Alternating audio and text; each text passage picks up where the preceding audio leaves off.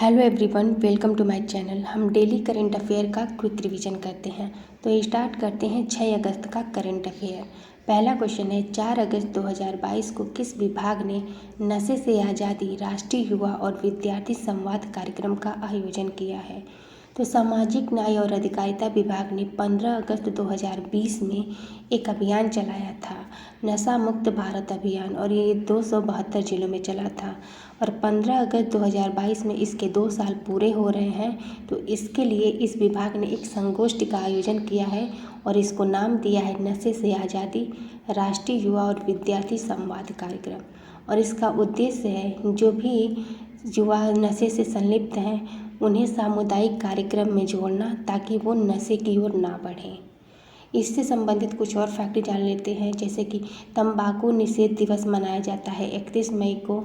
और आंध्र प्रदेश की सरकार ने भी ऑपरेशन परिवर्तन चलाया था गांजे की खेती को रोकने के लिए। ये सब नशे से संबंधित हैं।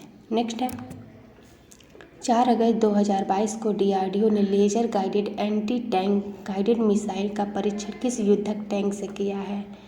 तो डीआरडीओ के द्वारा laser guided anti tank guided missile का परीक्षण किया गया है अर्जुन, जो कि एक मुख्य युद्धक टैंक है। और इसका परीक्षण किया गया है महाराष्ट्र के अहमदनगर में। बात करें ATGM की, तो यह एक एंटी टैंक गाइडेड मिसाइल है और यह फायर एंड फॉरगेट कॉन्सेप्ट पर काम करती है, यानी कि दागो और भूल जाओ। एक बार इसे लॉन्च कर दिया गया तो ये अपने टारगेट को नष्ट करके ही आएगी, चाहे वो किसी भी डायरेक्शन में हो। और बात करें डीआरडीओ की, तो इसका फुल फॉर्म है defence research and development organisation. इसकी स्थापना 1 जनवरी 1958 में हुई थी और वर्तमान में डीआरडीओ के हेड हैं जी सतीश रेड्डी।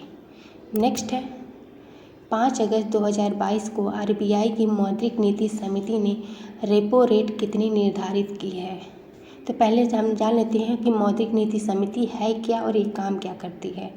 तो मौद्रिक नीति समिति की स्थापना 2016 में हुई थी और इसका उद्देश्य है मुद्रास्फीति यानी कि महंगाई को रोकना, महंगाई को कंट्रोल करना। और इसमें 6 सदस्य होते हैं, 3 सदस्य आरबीआई के होते हैं और 3 सदस्यों को गवर्नमेंट ऑफ इंडिया नियुक्त करती है। और ये 1 साल में लगभग 6 बार रिपोर्ट जारी करती है, यानी कि हर 2 महीने में ये अपनी रिपोर्ट जारी करती है।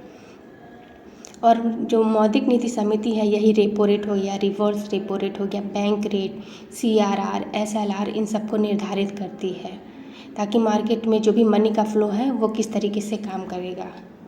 तो अभी क्या है कि रेपो रेट जो था 4.90% था, अब इसे बढ़ा करके 5.40% कर दिया गया है। इससे क्या होगा, अगर जब बैंक रेपो रेट बढ़ता है तो जो मार्केट में पैसे का फ्लो होता है वो कम होता है और इससे महंगाई कंट्रोल होती है। इसके साथ ही बैंक रेट इस समय है 5.65% है, CRR इस समय 4.50% है। नेक्स्ट है, किस देश में दुनिया की पहली वर्टिकल सिटी द लाइन बनाया जा रहा है? तो सऊदी अरब में एक नया कॉन्सेप्ट लाया गया है वर्टिकल सिटी और उसको नाम दिया गया है द लाइन। ये जो है इसके तहत एक ऐसी सिटी को बनाया जाएगा जो वर्टिकल फॉर्म में होगी, यानी कि एक सीधे तरीके से जाएगी और ये कम से कम जगह को कवर करेगी। मतलब एक शहर बसाने के लिए जितना भी जगह चाहिए उसकी अपेक्षा ये बहुत कम जगह को कवर करेगी। तो इस तरीके से ये क्या है, पर्यावरण के अनुकूल होगी, प्रदूषण मुक्त शहर होगा ये। और इसके लिए एक प्रोजेक्ट चलाया जा रहा है जिसको नाम दिया गया है नियोम प्रोजेक्ट। जानती है सऊदी अरब से संबंधित कुछ और फैक्ट की, जैसे सऊदी अरब में 2 मरुस्थल हैं जो अक्सर बार बार एग्जाम में पूछे जाते हैं, रबल खली मरुस्थल और अल नेफुद मरुस्थल, दोनों ही सऊदी अरब में है। नेक्स्ट है, वर्तमान में कैबिनेट सचिव कौन है जिनका कार्यकाल 5 अगस्त 2022 को 1 वर्ष के लिए बढ़ा दिया गया है? तो वर्तमान में हम कैबिनेट सचिव है राजीव गाबा और इनका कार्यकाल 30 अगस्त 2022 को समाप्त होने वाला था और इनका कार्यकाल समाप्त होने से पहले ही इनके कार्यकाल को 1 साल के लिए बढ़ा दिया गया है। नेक्स्ट है, 4 अगस्त 2022 को किस देश ने चंद्रमा के लिए अपना पहला अंतरिक्ष यान दानुरी लॉन्च किया है? तो दक्षिण कोरिया ने अपना चंद्रमा के लिए पहला अंतरिक्ष यान दानुरी लॉन्च किया है और इसको जो फाल्कन 9 रॉकेट है उसके द्वारा लॉन्च किया गया है। और ये जो फाल्कन 9 रॉकेट है ये टेस्ला कंपनी के जो मालिक है एलन मस्क, ये उनकी कंपनी का रॉकेट है। कुछ समय पहले ही दक्षिण कोरिया ने नूरी नाम का रॉकेट भी लॉन्च किया था। बात करें दक्षिण कोरिया से संबंधित कुछ और करंट के, तो उबेर कप को भी दक्षिण कोरिया ने ही जीता है चाइना को हरा करके, और नूरी उपग्रह को भी दक्षिण कोरिया ने ही लॉन्च किया है। नेक्स्ट है 4 अगस्त 2022 को किस राज्य में राज्य पुलिस एकीकृत कमान और नियंत्रण केंद्र का उद्घाटन किया गया है, जो देश में अपनी तरह का पहला ऐसा केंद्र है? तो है तेलंगाना के मुख्यमंत्री हैं चंद्रशेखरन राव, उनके द्वारा राज्य की जो पुलिस है उसके लिए एकीकृत कमान और नियंत्रण केंद्र का उद्घाटन किया गया है, और इसका उद्देश्य है सुरक्षा को बढ़ावा देना।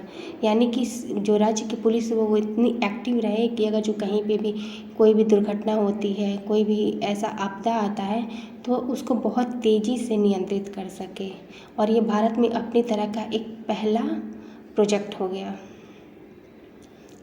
नेक्स्ट है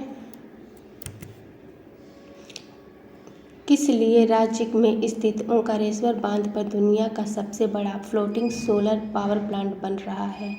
तो मध्य प्रदेश का खंडवा जिला है, उस पर